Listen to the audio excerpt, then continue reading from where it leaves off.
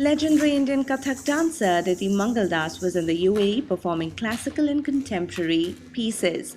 We chatted with this graceful artist. You are one of the pioneers who actually takes Kathak and classical dance abroad as well.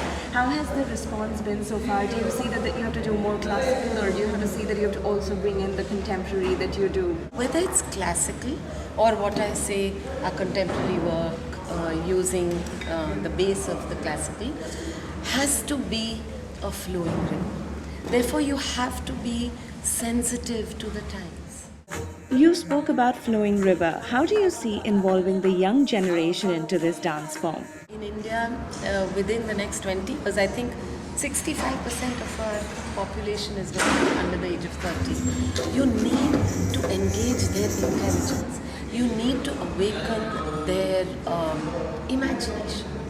And therefore, whether you do classical or contemporary, you have to have the sense of excellence.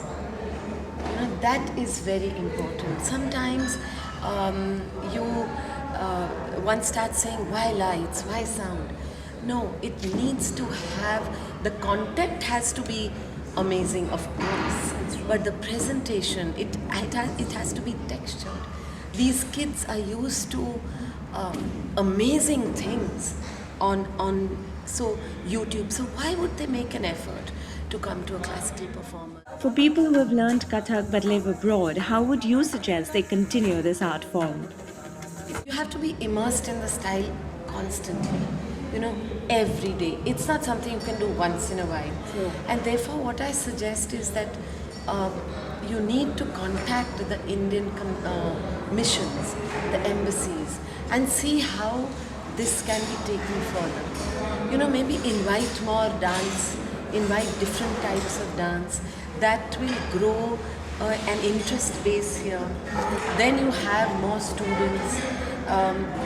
Always maintain excellence.